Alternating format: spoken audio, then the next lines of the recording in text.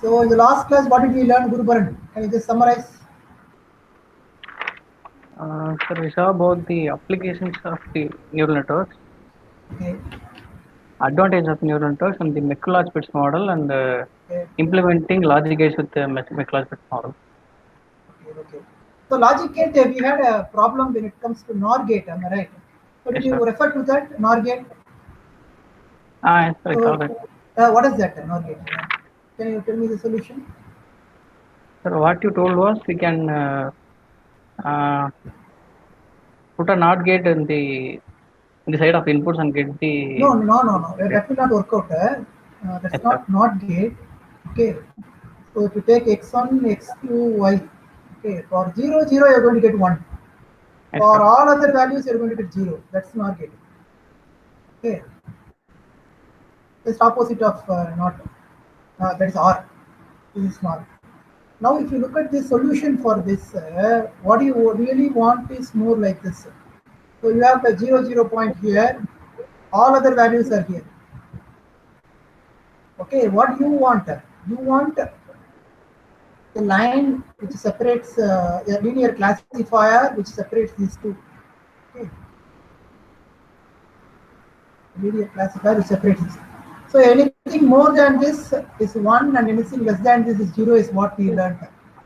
Okay, so in that case for this one we are going to get 0, but we want here we want 1, and for all these three values we are going to we are in need of 0, but here we have 1. So if I'm going to draw a line like this, so what other lines I can draw? You think about this. Okay, by the only way that I can draw is only like this. Okay, I can separate these two classes. So that's not going to be feasible with our conventional mode of working. Okay, with the two inputs, with the theta summation x1, x2 is not really going to help us. We need to think something little differently. So here, what in fact we are doing is we are giving something called inhibitory inputs. We are inhibiting the inputs.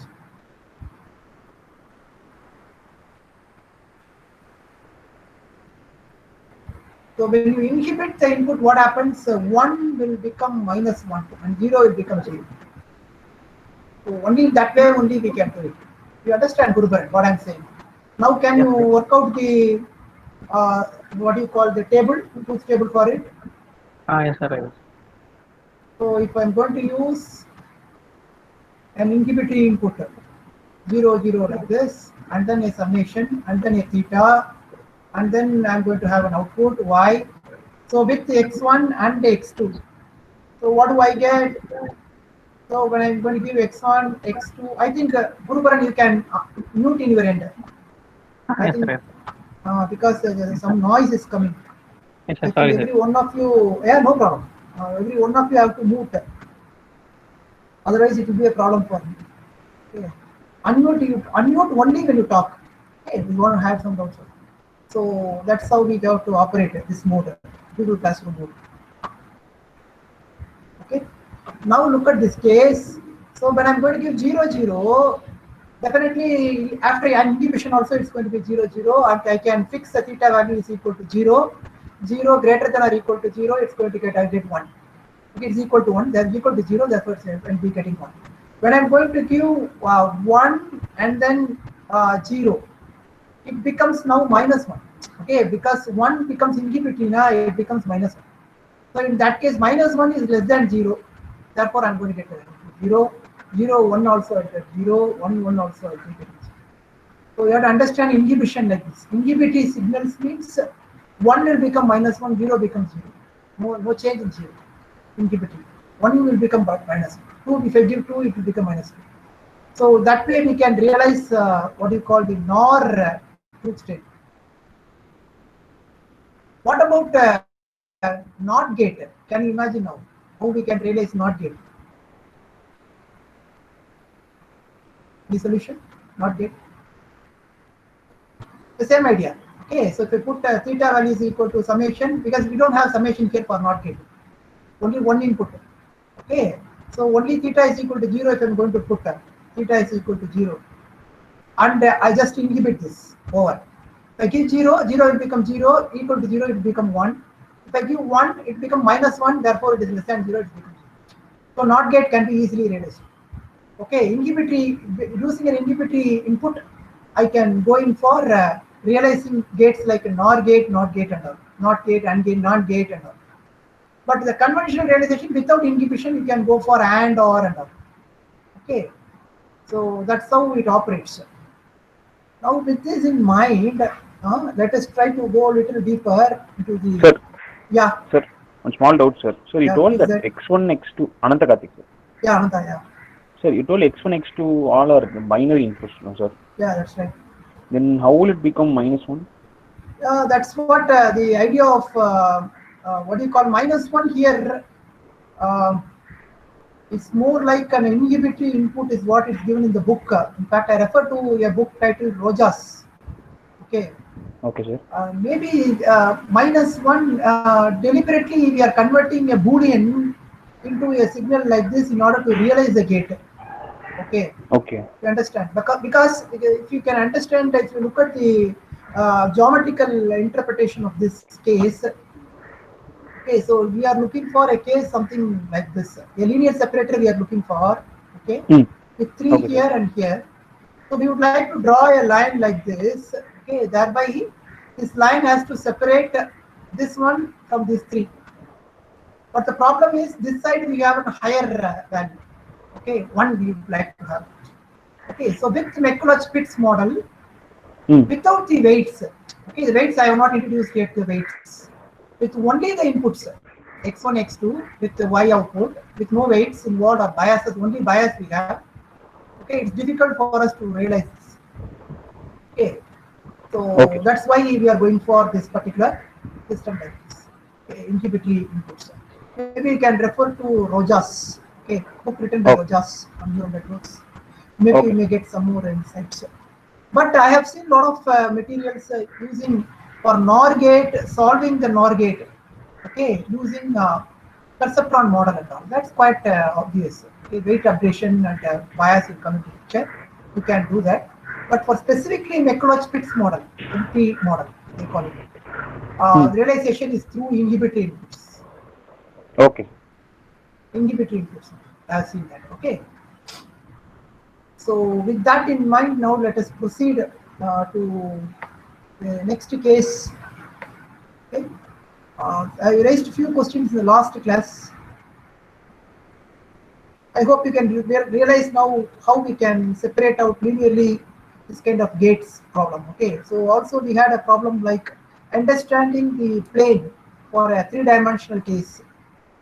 How it look like? Somebody raised a doubt. Okay, so few diagrams in fact I looked at, maybe you see that.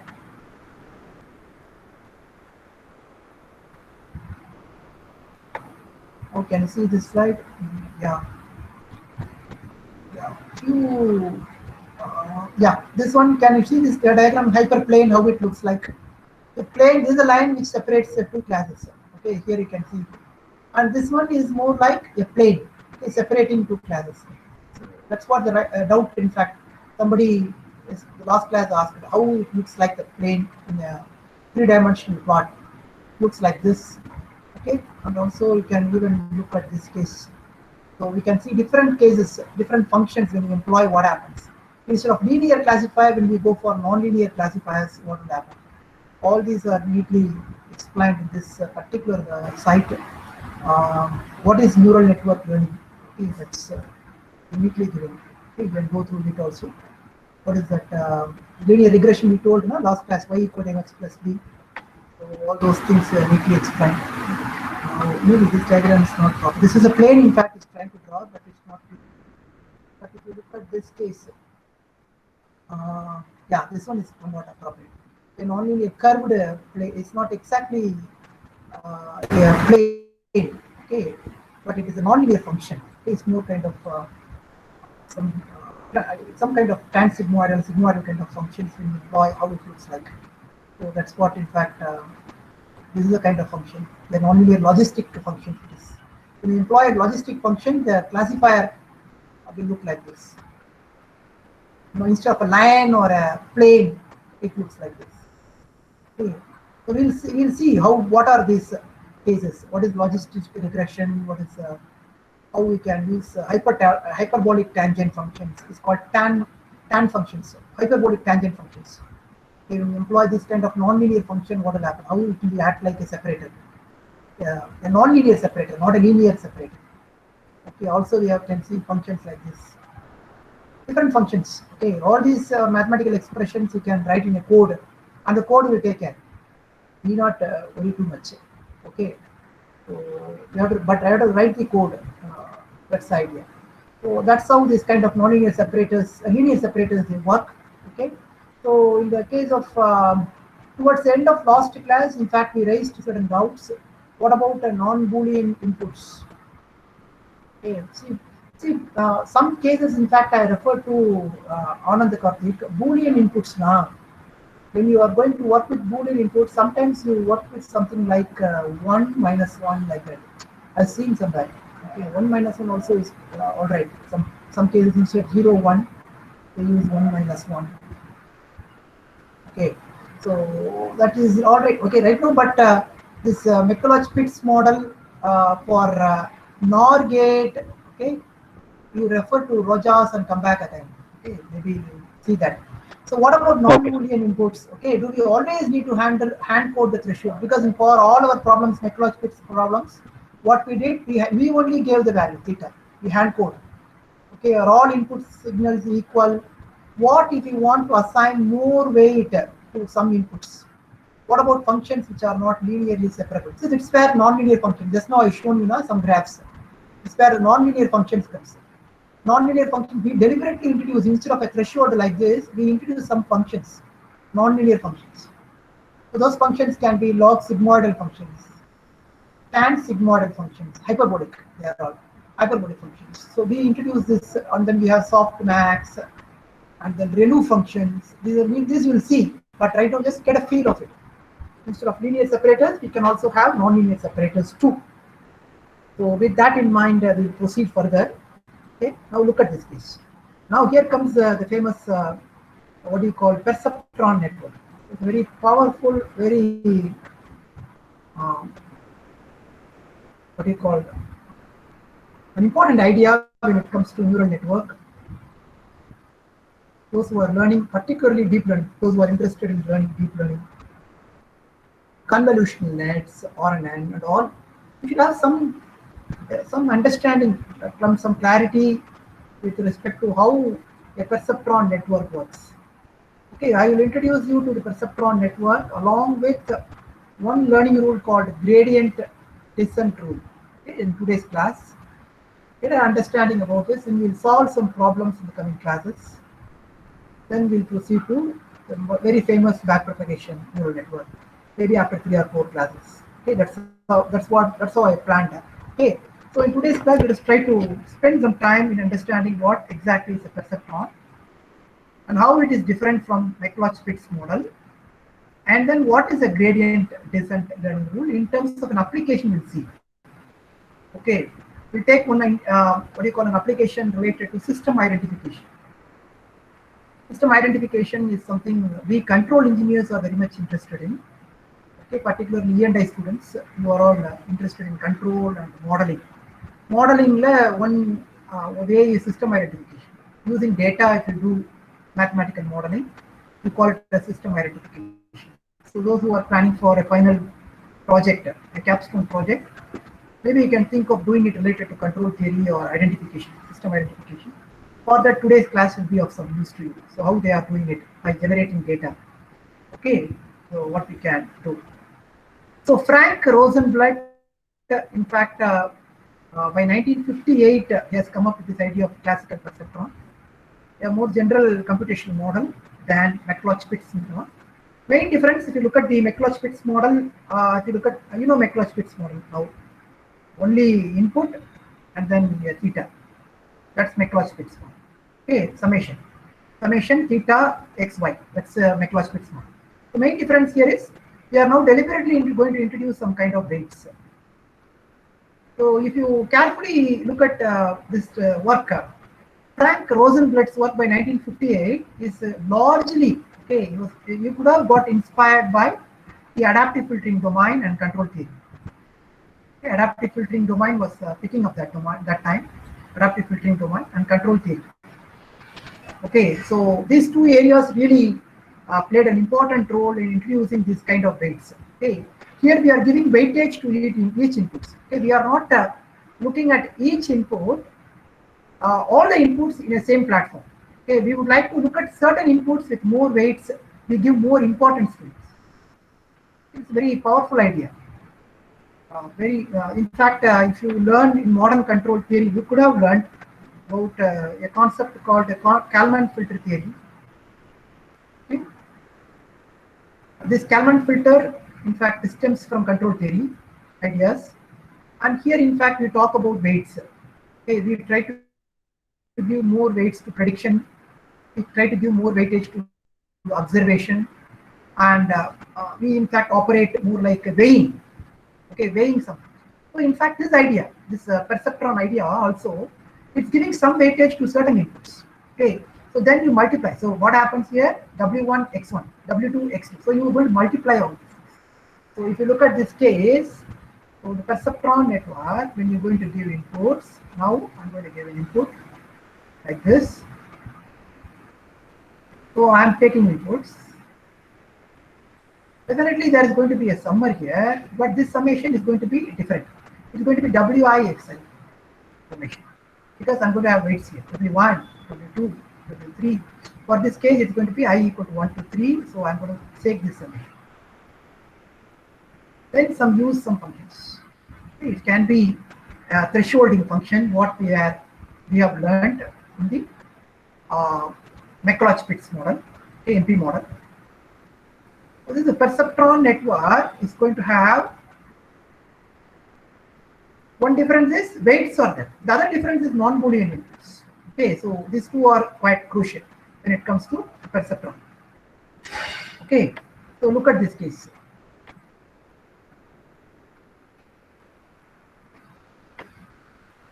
Yeah. Now, if you look at this case,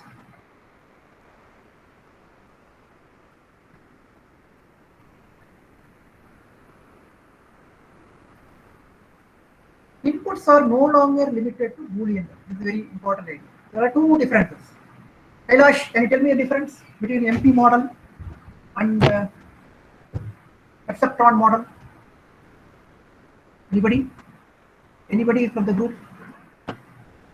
What's the difference between MP model and perceptron model? One of you just unmute and just talk to me. Is it really difficult? Is there any difficulty in unmuting? You guys, please let me know. And then you have to mute again. That's important. Unmute, mute. Unmute, give your answer, and then mute it. What's the difficulty? No, sir. Yeah, please tell. Then answer. What are the two differences you are noting when it comes to MP model and perceptron model? There's weights involved in this one. So MP model works on only binary values. Okay. But the perceptron model works on both the real-time values. It can also work on binary values, but it also works on real-time values. Excellent, excellent, excellent. Okay, good. That's the difference. Now let us move ahead. So it's a kind of threshold unit, we call it. Okay, a very famous statement, threshold unit, TLU. Okay, so this is the kind of thing that we are talking about right now. So instead of sigma xi greater than or equal to theta in the case of MP model, here we have sigma wi xi, okay, with I varying from 1 to n greater than or equal to theta. All right. So now we'll move ahead. I think you can, both of you, every one of you can understand this. Now, when you are going to fix again, okay, here, see, so far we have been talking about identifying the theta, okay, identifying the threshold only with what? Our intuition, okay, our intuition, one, or otherwise using graphical and geometric interpretation. For example, I have data like this. I want to separate these two. So what do? I try to draw a line like this. So this is geometric interpretation. So you try to identify your y-interceptor, that bias value, and then write it in your code. Okay. So this more kind of identifying the threshold with only intuition and geometric interpretation we are doing it. But now gradually we are moving towards something what? Can somebody help me out? What we are trying to do now, the next stage? We have to automatically identify. Automatically in the sense, learning from data, the network has to learn. That's a very powerful idea. That's where the learning algorithm comes. So far, we have not discussed anything about learning algorithm.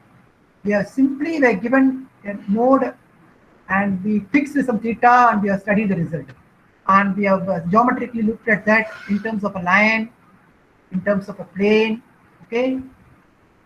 In terms of a plane, we have tried to look at it from different perspectives.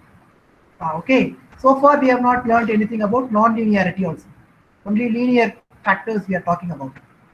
But now we have to move gradually towards a learning algorithm along with non-linear separability. Some kind of new thresholds. Threshold in the sense non-linear functions we have to introduce. This is a very powerful idea.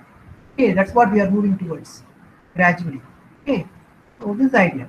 Now look at this again, the similar kind of threshold functions. So for example, it's a linear combination, that's all. 3x1 plus 2x2. Weights are what? Weights are w1 is equal to 3, w2 is equal to 2. Therefore, sigma wi xi is going to be a linear combination, 3x1 plus 2x2. Again, it's going to be a line. So I can fix my my bias like this. So what do I get? I get 2x2 equal to minus 3x1 plus 4. Okay.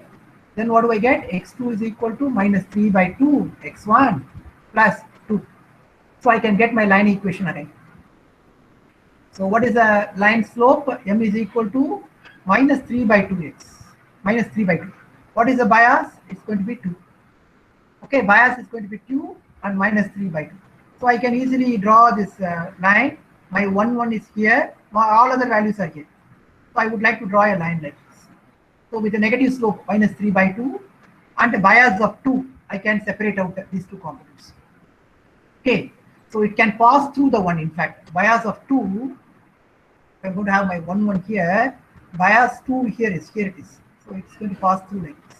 So even if it is on the line also, you can take it as greater than 1, greater than that threshold. Therefore, it will be greater than or equal to threshold. Therefore, you can take it as value as 1. But for all other values, the values are all 0. 0, 0, 0. So that's what the first case is. Everybody with me here? Anybody having difficulty in visualizing it clearly? This particular first case is important. Anyone?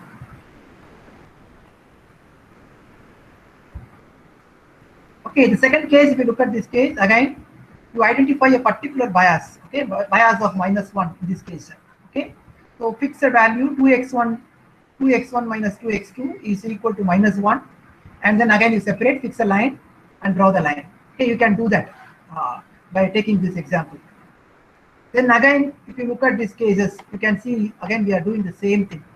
You can try to draw some lines. You look at the -1 case bias. Can you see it? So the bias is cutting at -1 here. So the -1 is here. Going to cut at here. So the line is going to have an increasing slope. Okay. So here also it is going to be 4. 4 means somewhere here. Going to draw. 4 is here. 4 is here. So the line is cutting at this point. So you can see very clearly the intercepting points very clearly. -1, 4. Okay. The threshold is deciding that intercepting point. And increasing or decreasing slope, how we are fixing? By fixing these weight values. Okay. For example, in this case, it's -2 x2. So in that case, what do you get? It's going to be 2x1 minus 2x2 is going to be equal to -1. Therefore, x2 is what? X2 is going to be 2x2 is going to be equal to -2x2 is going to be equal to -2x1 minus 1. Then what? All right, 2x1 minus 2x2. So in that case, the third case is x2 is going to be equal to -2 by 2, -2 of x1 minus 1 by -2. Okay, so you'll be getting something like x1, a positive x1, okay, increasing slope, minus this is going to be plus 2 1 by 2. So plus 1 by 2 somewhere around here you need to cut them. The y intercepting point. So here it is 1 by 2. Y-intercepting point is, sorry, this is not this one. Y-intercepting point is here somewhere. Okay, so this is a Y. So you can clearly see that this is a positive slope with the Y-intercepting point at 1/2 here. Okay, is it clear? Every one of you, I think you can understand Sir. it clear. Sir, Yeah. one doubt, sir. Yeah, please. Sir, above the first case, sir, Yeah. threshold logic unit for x upper arrow mark x2. What does it mean, sir? I think you have to look it from a different case. Can be. I think it is a and it's a OR gate. I think. No, not OR. It is not OR, no. So you get no minute. So here it is. Yeah, this is the OR gate. It's the OR gate. This is in fact in a discrete mathematics they use something like conjunction, disjunction, and all. Okay, so it stems from that. So normally this is an OR gate. You look at this 0 0. Here it is. All these three values are there. Not OR gate, AND gate. Sorry, AND gate. For only 1 1, you are going to have 1. For all other values, you are going to get 0. All right, are you getting it? Oh, okay, sir. It's only AND gate. And in the second case, it is x. The second case, I think that one it's more like this. This is not exactly defined. Something x2 to x1 mapping they are saying.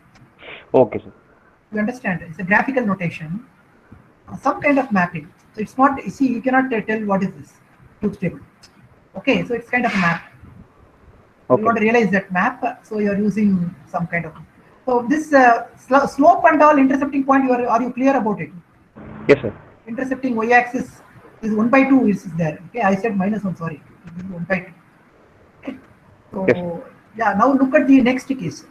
So with this in mind, weights now I have introduced. With this in mind, now look at this case.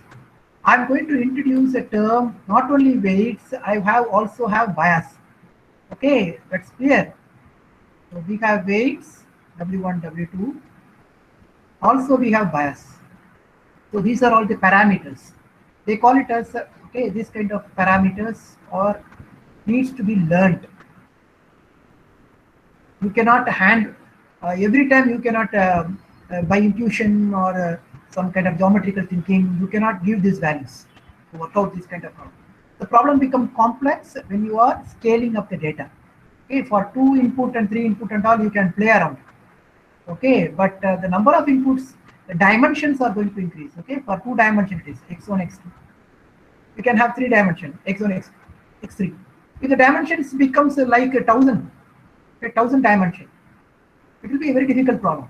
Okay, so you cannot imagine also that, and you don't know what's happening there.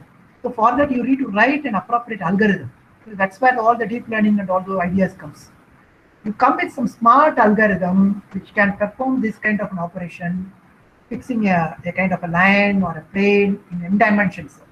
It's very powerful. Hyperplanes they call it. In n dimension they call it hyperplanes. Okay, so fixing that using algorithm is a challenge. Okay, so nonlinear separability, that too will be a very difficult problem. Okay, it's not so easy. So now comes the idea of looking at the perceptron in terms of the notations. So carefully take a look at all these notations. I hope you can visualize. Now, see, as we are writing x1, w1 x1 plus w2 x2 plus some bias now. So this bias also we can imagine it to be like a weight. But what is the only difference? The input will always be equal to 1. Can you visualize it clearly now, what I'm saying? The B value now will become W0. Okay, always it will become W0 B. But you multiply it with 1. Why? Like an input. Always this input will be 1. X0 equal to 1. Now if that is the case, my entire network is going to be like this. For example, for 2 inputs, this is x2, x1. Okay, along with that I will be having x0 always. The value will be equal to 1. But the weight I can adjust. That is W0. That's the bias. Okay. Now this is x1. This is W1. This is W2. Now what I will be getting? I'll be getting this W0 x0 plus W1 x1 plus W2 x2. That will be equal to what? We will be comparing with respect to now greater than or equal to 0. That's all. Instead of bias, you're going to have 0. Are you getting my point clearly? What I am trying to convey to you? Okay. If it is greater than, see, initially what is the case? if all the values of weights multiplied by the input if it's greater than or equal to theta, you get 1. Now what I am saying, I am introducing I is equal to 1 to n with wi xi minus theta greater than or equal to 0, and then I am eliminating that theta also with w naught. So what do I get? I will be varying from I naught, I is equal to 0 to n wi xi greater than or equal to 0. Any difficulty in understanding this? Anybody? Sir. Yeah, sir. please. Yeah. So basically, bias is like initial condition kind of thing, sir. No. Bias, in fact, you're going to learn. No initial condition. We don't know, man. We don't know data. See, for example, I may, in a 2-dimension, I may have a data like this, 2 separate set of data like this. Okay, so I know where I need to cut the y-intercept in order to draw this line to separate these two. Okay, that's quite easy. Okay, sir. Okay, but when you are going for higher dimensions, it will be that too with complicated data. Okay, it will be extremely difficult for us to fix the y-intercept quite comfortably. That is not y-intercept. In fact, when you are talking about 3 dimensions, we are talking about planes. Okay, we have x, y, z. When you are talking about 4 dimensions, you are talking about hyperplanes. Okay, we have got different cutting points and different coordinates. Okay, different coordinates you need to cut. So all those intercepting points are very difficult to find out. Okay, so for that, we are going to look at that also as the bias also as a learning parameter, like W1, W2, Wn. Because after all, what we are doing just addition now. Linear combination is what we are doing. Okay, initially, in fact, we had this bias. Okay, is equal to 0. This is the equation initially we had. But what I am right now saying is change this B also as a weights. So the notation will become much more. Otherwise, it will become cumbersome, notation. Here, you're going to say it is W0. It will be quite easy for us to understand. And then say instead of x2, x1, these two are data we are going to generate from our experiment and all. But instead for this W0, I'm always going to fix x0 is equal to 1. Okay, W0, x0, because I want only B. I don't want B is not connected with the x2, x1 and all. Okay, I'm looking at the only intercepting form. But I'm saying x0 equal to 1 in order to write your code. Because when you're writing your code, this form will be quite easy. Instead of writing separately the bias plus B and all you're putting. Okay, are you getting the point? Can I repeat this again? Sorry, I got why we're using W0 X0. Yeah. But why bias, sir? Why do we need bias? Bias we'll see. The next slide I'll be showing you. Okay, sir. Okay. Okay. Yeah, good. So now that's the idea. Now look at the next case. Here is the bias case. Right doubt you have asked. This is a right case. See, in fact, look at this case. Looking at what you call, we are trying to consider predicting whether you like a movie or not. This is a very normally we human beings we do this. Okay, your friend, you talk to your friend, which movie he likes, you ask him. And for example, let us take suppose we base our decision on 3 inputs. Okay, binary. Okay, so based on our past viewing experience data, we may give a high weight to the director Christopher Nolan. I don't know how many of you have seen the movie Interstellar. You have to watch this movie. Okay, I recommend this strongly. The scientific movie. Christopher Nolan, most of you will be knowing who this guy is. From 2003 onwards, 2001 in fact, he started taking movies and he's a very, very famous director for his creative movies. Okay, in fact, he recently has taken a movie on Dunkirk, and before that, in fact, you have to see his movie called Inception, and then you have this Interstellar. All these movies are quite famous. Scientifically, there will be a lot of complexities involved. Understanding his movies will become a challenge. Okay, so you need to read and go some reviews, otherwise you will be completely lost. Okay, so that's what. Yeah. Now let us come to the point. We may give a very high weightage to the director Nolan as compared to other inputs. Specifically, even if the actor is not Matt Damon and genre is not thriller, you would still want to cross the threshold theta by assigning a very high weight to director Nolan. So what is it in fact we are conveying here is we take 3 parameters. What are they? One is X1. X1 is what? Actor Damon. Okay, you know Matt Damon. You acted in movies like many movies. And the second case is thriller. The third case input is what? Director Nolan. So if the actor is not a Damon, what is the X1 input? Can somebody tell me? If the actor is Damon, what is the input X1? It's going to be Boolean, okay? It's going to be, if the actor is Damon, it's going to be 1. If the movie genre is thriller, it is going to be 1. And if the director is Nolan, it's going to be 1. Okay. Now, if you look at this case, if I'm going to fix the values of theta, okay, if I go to fix the value of theta, what happens? We're going to have the theta value is equal to 3, for example, if I'm going to set. So I would like to fix more weightage to the what? The X3 value.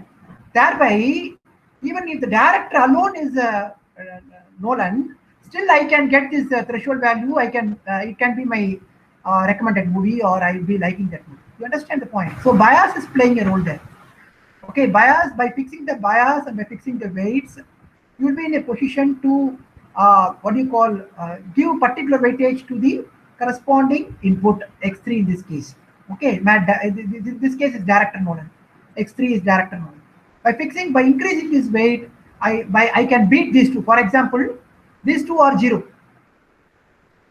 By having 3 here as weight, still I can beat the threshold. I can get 1. You understand my point? What I'm trying to convey. So that's how it operates. Okay, any doubts here? So can you repeat what you just said, sir? The last point. Yeah, see, for example, I am fixing a threshold of 3. Okay, threshold of 3 for this case. Okay, now the weights are, let us imagine I have weights like 1, I'm giving equal weightage, 1, 1, 1. Okay, for all the 3 cases. And if all the 3 inputs are high, okay, what will be my output? Output is going to be 1, and I'll recommend that movie. It's my interest. That movie is of my interest. Okay. But sometimes what happens, the actor is not Damon, therefore first input 0, and the genre, it's not thriller. Okay, therefore it's going to be 0. And the director is Christopher Nolan. Okay, 1 it is now. Weight is 1. Okay, what do I get as output now? Can you tell me now what is output? For the 0. Threshold of 3. 0. It's going to be 0. Okay, but what is my interest? My interest is if the movie is Christopher Nolan, irrespective of the actor Damon or thriller. Okay, I would like to take that movie as my in my library, movie library. Okay, without minding, okay, actor Damon and the other three. Then in that case, what I can do, I cannot. Let us imagine I'm not fixing the threshold. Threshold is fixed. The only way I can modify it is what? By increasing the weights. Yeah, I am going to give more weightage to the director Nolan. Okay, if I'm going to give 3 for this, then what happens? 3 into 1, I'm going to get 3. That is equal to greater than or equal to 3. I'll be getting 1. You understand the point? What I'm saying? Yes, sir. Yeah. So that's how we have to think of. Okay, this bias and weights, they play an important role. So with an example, maybe we'll see that. Open to the MATLAB. It's not okay. We'll see next class with the example. I'll demonstrate it in next class. Okay. Now can you see it? Can you read it again? This one. Omega naught is called the bias. Okay. It presents the prior prejudice for us. Okay. A movie buff may have a very low threshold and may watch any movie irrespective of the gender. In that case, what do I give? Theta equal to 0. You understand? Whichever be the value becomes 1. Okay, Damon becomes 1, or thriller, or Nolan. If I'm going to give theta equal to 0, what happens? Whatever be the movie is, I'll be watching it. Okay, because if any movie comes, I'll watch. That's the idea, theta. Can you clearly see it? On the other hand, a selective viewer may only watch thrillers starring Matt Damon and directed by Nolan when theta equal to 0. You understand it clearly, what I'm saying? So then bias is actually threshold, sir? Or no, bias is something, in this case, it's a threshold. okay. You understand? But we have different functions also, non-linear functions that we'll learn later on. Oh, we have functions. Right now, we are fixing it as only numbers. It's a scalar number. Okay. For this case, we are going to have theta equal 0, theta equal 3. So put in your own words, Ananda Karthik. These two, can you explain this too again? In your I own didn't words. get you, sir. No. Theta equal 0, theta equal to 3. Ah. What is the corresponding impact? Can you just put in own words? In fact, theta equal to 0 means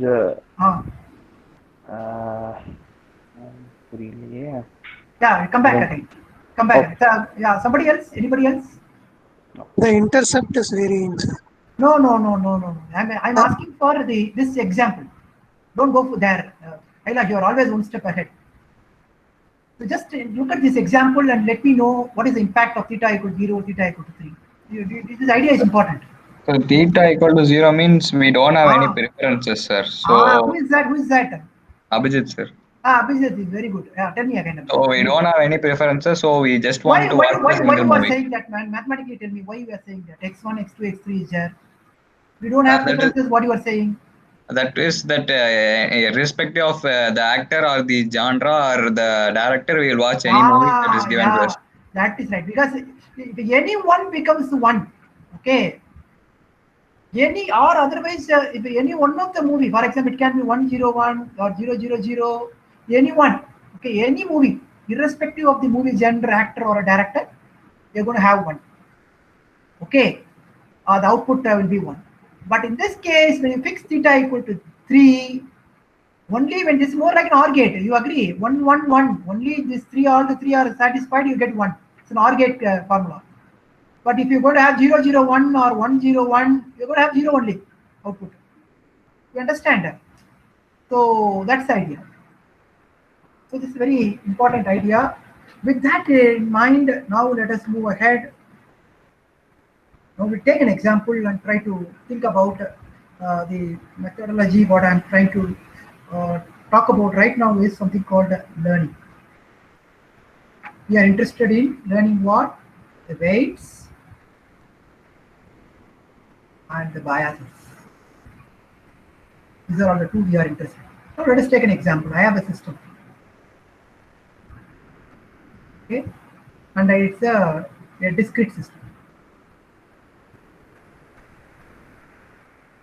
So you know very well, signals and systems, most of you would have studied, you may have studied about support theory and all. Okay, so I can represent any discrete time system with the help of a difference equation. What is that? Y of k equal to some a1 y of k minus 1 plus some a2 y of k minus 2 plus some e k u of k minus 1. So can somebody just put in words this expression? What is this expression in fact signifies?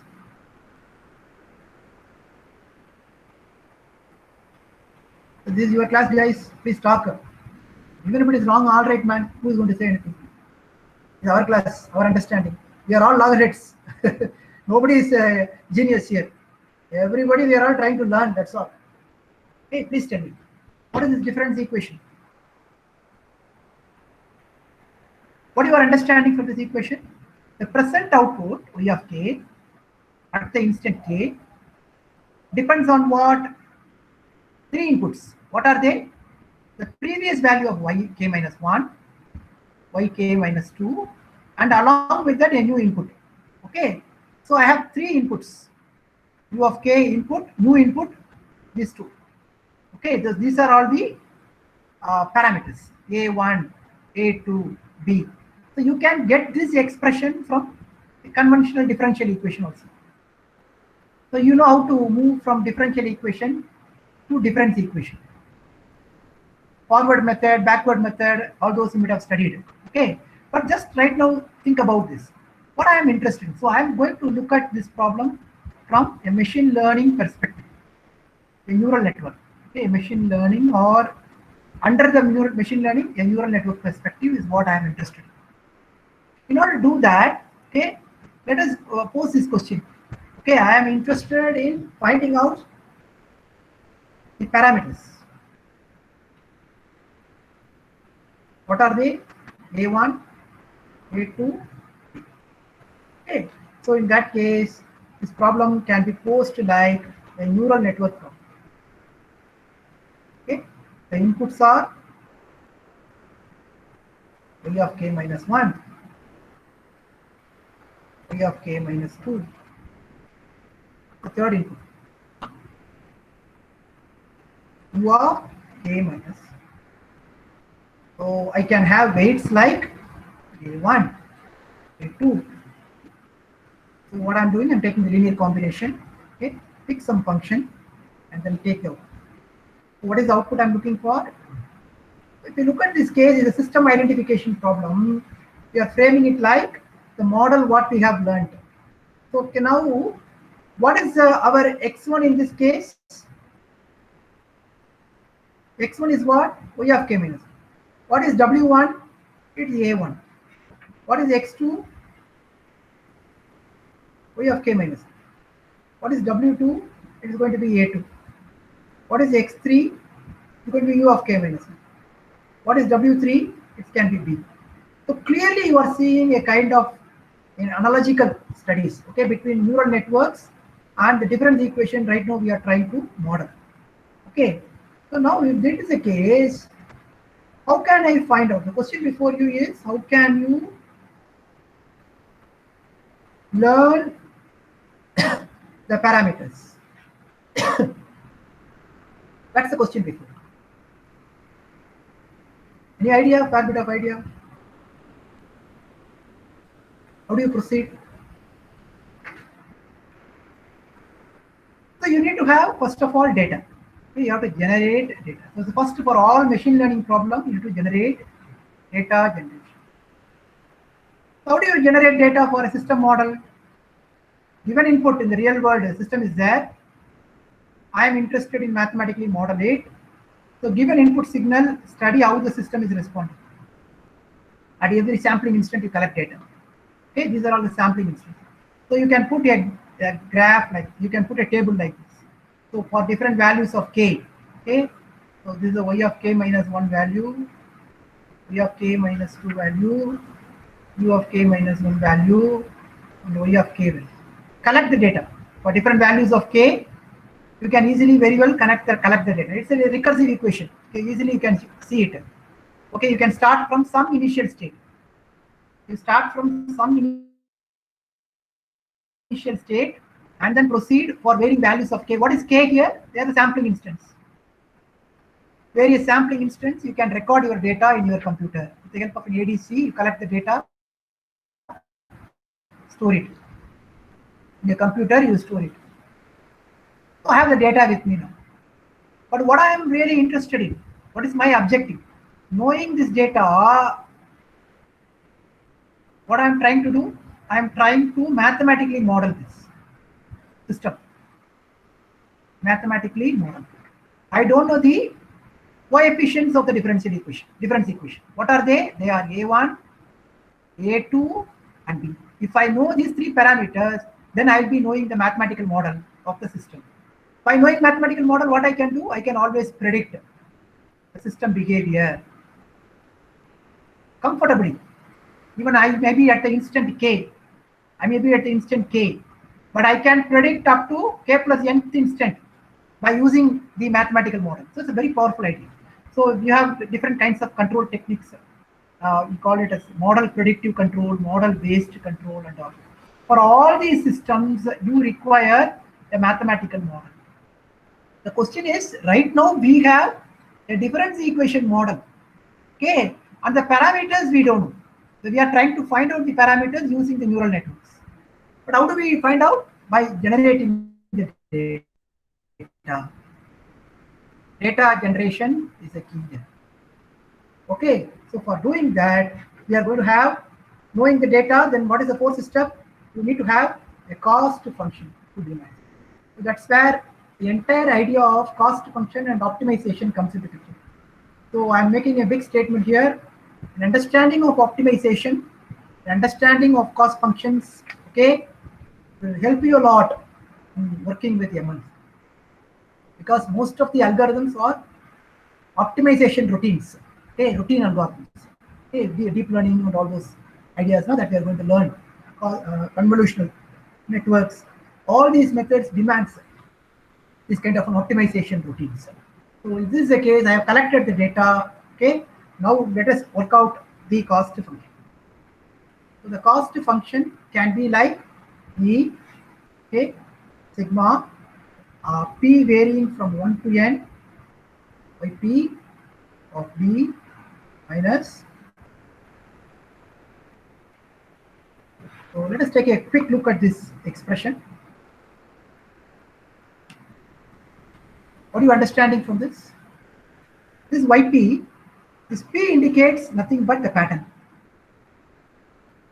Okay. For example, in our data, the first set of data, you call it the first pattern. First input, for example, yk minus 1, yk minus 2, yk minus 2. Whatever be the values stored here after conducting the experiment, they are going to be your first. For example, it can be 1, this can be 2, it can be 3. For 1, 2, 3, I want to output 4. So in that case, 1, 2, 3 is the first pattern. This is the first input pattern. What is output? Output is 4. So for if I give 1, 2, 3 as input to my neural network, output should be, it's a mapping.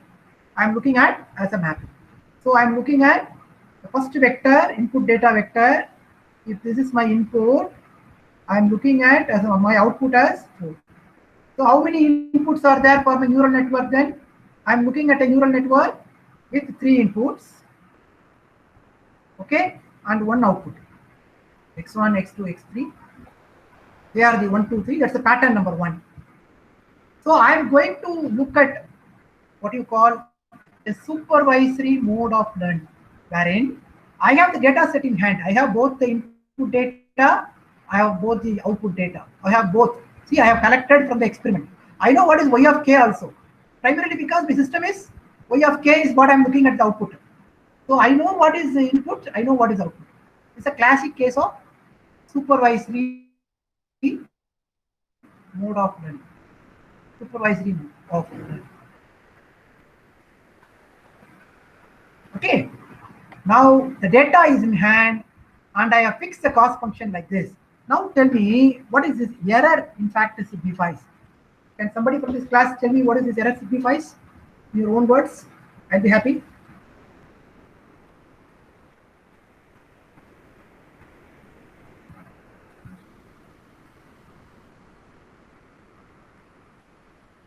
Anybody? So the What is this difference error? between the expected output. Yeah, who is that? Guru Who is Baran, that? sir. Guru Baran. Guru Baran. Guru Baran, yes. Yeah, Guru Baran, that's right. It is the difference between, see, initially, for some random weights of W1, W2, W3, and for a given function, okay, I will be getting some output. For example, I feed the pattern 1, and neural network output will be YPU. Okay, so this output immediately, what do? I compare it with the stored data, YPD, desired output. This I have collected it from the experiment. How many of you understood this? It's very important. This is experimentally collected data. Okay, and this is neural network output. Neural network output for what? For some initial random weights. For some initial random weights. For some initial random weights. Take it, Daya. Don't disturb the class. Take it. Okay, please go. For some initial random weights, so what happens is, okay, so the neural network, for some initial set of random weights, it will be giving some output. Problem is, this output will not be exactly matching with your desired weight. So you will be getting an error. And what I am doing is, I am going to accumulate that error for all the n patterns here. You understand? You have totally n patterns. Let us imagine I have n patterns here. So pattern number 1, pattern number 2, pattern number 3. So for every pattern will look like this. Okay, I put patterns like this. A is the pattern. Pattern number 1, pattern number 2. So I may be having n patterns of data.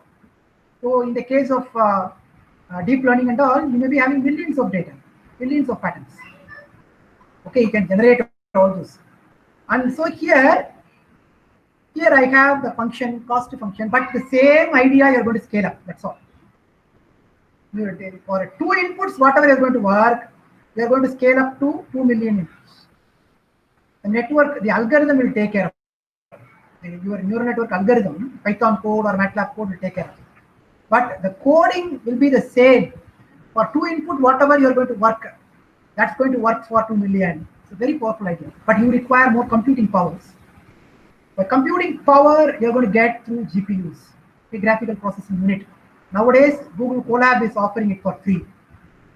Now that's why I said Google Colab is such a powerful tool. Okay, anybody who cannot spend money na, for GPU processor with a laptop you want to buy, it may cost you around 1.5 lakhs. You cannot do that. So use your laptop and connect it to Google Colab. Okay, and then work with these algorithms with 2 million data. You can do it. Google GPU processor, you can do it. Deep learning algorithms, you can work on your with your laptop. You can do, because everything is cloud sourced. GPU is in the cloud. Okay, you are going to use the cloud, Google Colab cloud. Okay, the Google Colab cloud is what everybody is. Understand? Now here is the idea.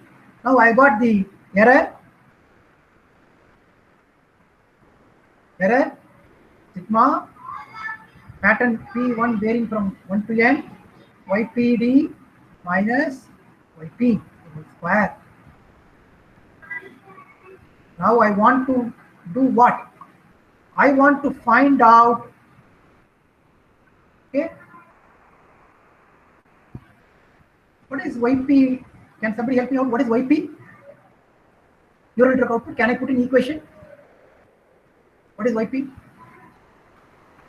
That's nothing but Wi varying from 1 to 3 in our case, Wixi, that's all. Okay, but the point is it's passing through a function. Okay, let us imagine the function is not there, we will derive and then it will work out with the function. Okay, so only 3 inputs. I'm looking at only a linear combination. So this function value is what? F is equal to 1, that's all. Let us work out that first thing. So I'm looking at a function is only a linear combination. A linear combination of 3 inputs. Now tell me what do I really want from this? What do I really want from this expression? Anybody? Somebody in the class? What I'm trying to do, this is called the objective function, or otherwise you call it as the cost function. What I'm trying to do with this function? Whether YPD varies, no, it's fixed. Whether the input varies, it's fixed. Which one is going to vary? Wi. So naturally, if I want to minimize this cost function, what do I need to do here? I want to minimize this cost function. What do I need to do? Change W. That's what. How do you express in mathematics?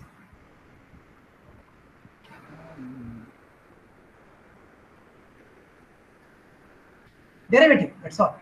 Okay, you have to look at the derivative dou E by. Okay, and that should be equal to 0. You uptime the minimum value.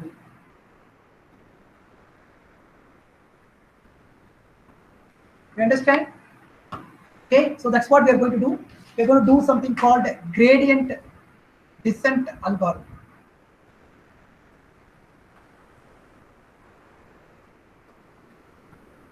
So if I'm going to differentiate this E with respect to Wi, what do I get?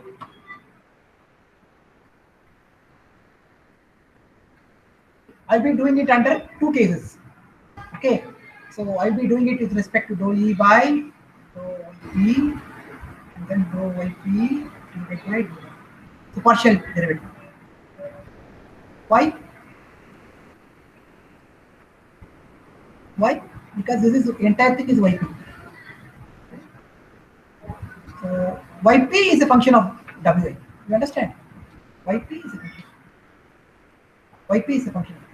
So naturally, initially I will be divided. There is a square here. The entire term is squared, and include 1 by 2 also. Okay, this is for derivative convenience. Okay, when you are going for derivation, this 2 is going to come here. So this is more like 1 by 2 normally we introduce. So this is your cost function. So we are going to look at finding out this function. What is this function? Okay, I think I'll stop it right now here. We will derive this the next class. Okay, so a little bit you have to think and do. So you'll be, once you get this, then you can update your weights. Okay, new weights going to be your old weights minus beta rho e by rho wi equals. Okay, and this error function, if you're going to look at error with respect to weights for this kind of squared quadratic functions, you'll be getting this kind of quadratic functions. And there is a minima point. Rho e by rho w is equal. At this point, the derivative is 0. Error with respect to weights. So I want to minimize the error. Okay, that's what my goal is. So wherever I am initially with a huge error, I need to come down to the minimum point. I may be here or here. Okay, so initially this is a negative slope, this is a positive slope. So if I am going to be here with initial big error for the initial random weights, I need to come down. Okay, come down to the minimum point. So my algorithm, this kind of algorithm, should help me in reaching this minimum point. So that's what gradient descent is all about. So we will derive this in next class. With this intuitive understanding, we will proceed and work out. Okay. Any doubts so far?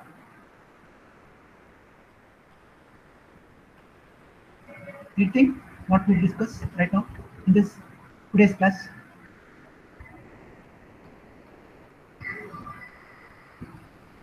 All right.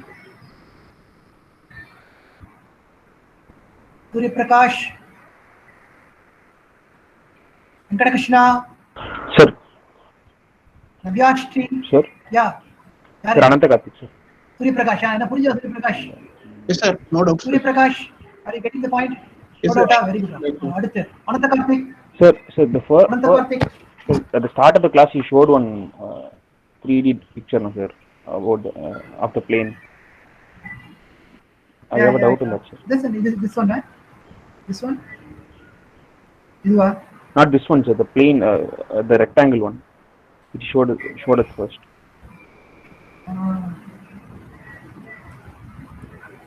Yeah. In this one, sir. So that what do you say?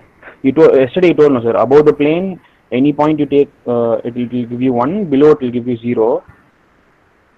Yeah. So the point, the projection of the point, should it be within the plane or can it be outside the plane, sir?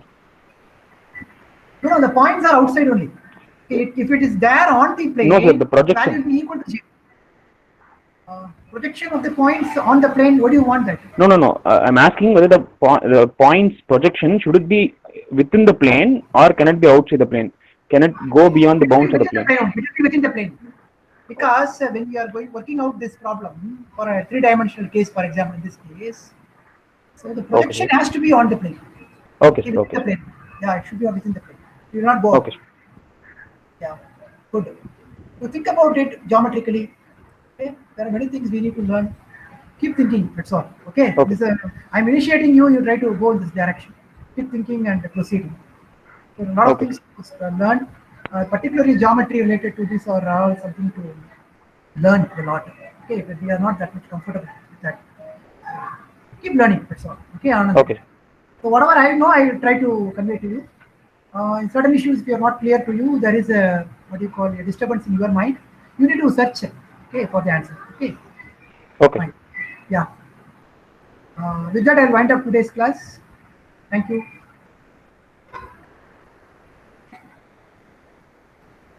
Thank you. Bye. Next class we'll see tomorrow.